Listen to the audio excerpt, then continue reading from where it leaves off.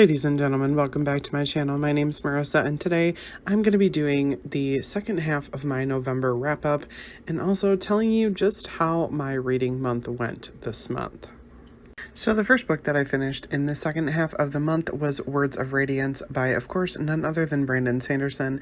This is book 2 of the Stormlight archive, and it is another chunky book. The first one was 1,000 pages. This one was another 1,000 pages, so they're very chunky.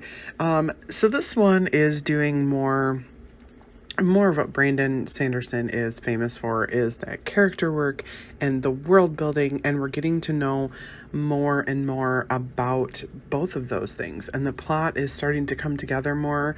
I've said it before and I'll say it again, I'm on the third book and I still don't understand totally what all the plot is about, but it's slowly getting revealed to me and I am absolutely loving it so far. So the whole theme of the Stormlight archive books is that there's this world where this country is constantly at war with this whole race of other humans because they essentially killed their king. So these people that are fighting against what they call the Parshendi, they are starting to show some magical powers, and at first, nobody is really divulging to anyone else that they have these magic powers, even though they're very similar to what they call these shard blades and shard plates that some of these people already have.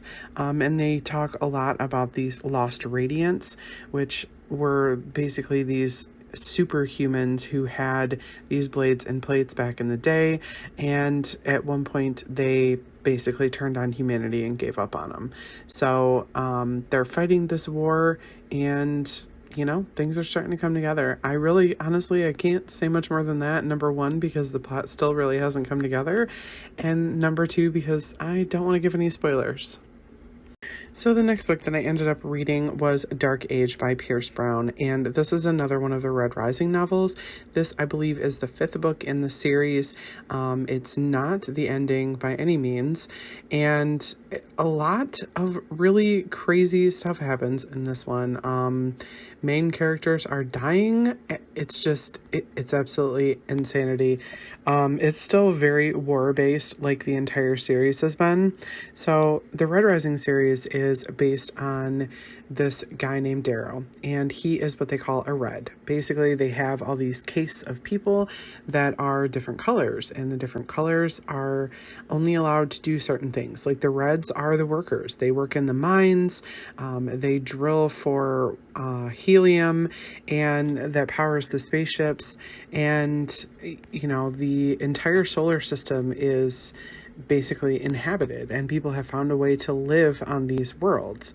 So this is very much like a sci-fi series, which I didn't really realize until I started reading it, but it's very, very good. The whole thing is really, like I said, it's very war-based, so it's very battle-heavy, but I'm not really ever bored during the battles, which is a new thing for me.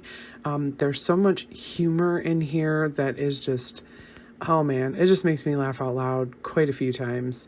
And the friendship groups in here are absolutely amazing. They fight, they break up, they make up, they're strong, they defend each other. I mean, it's great. It's absolutely great.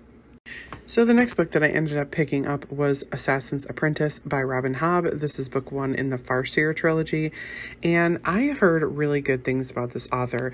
And honestly, I can see why. I absolutely adore Robin Hobb's writing style. I adore the first-person narrative in this.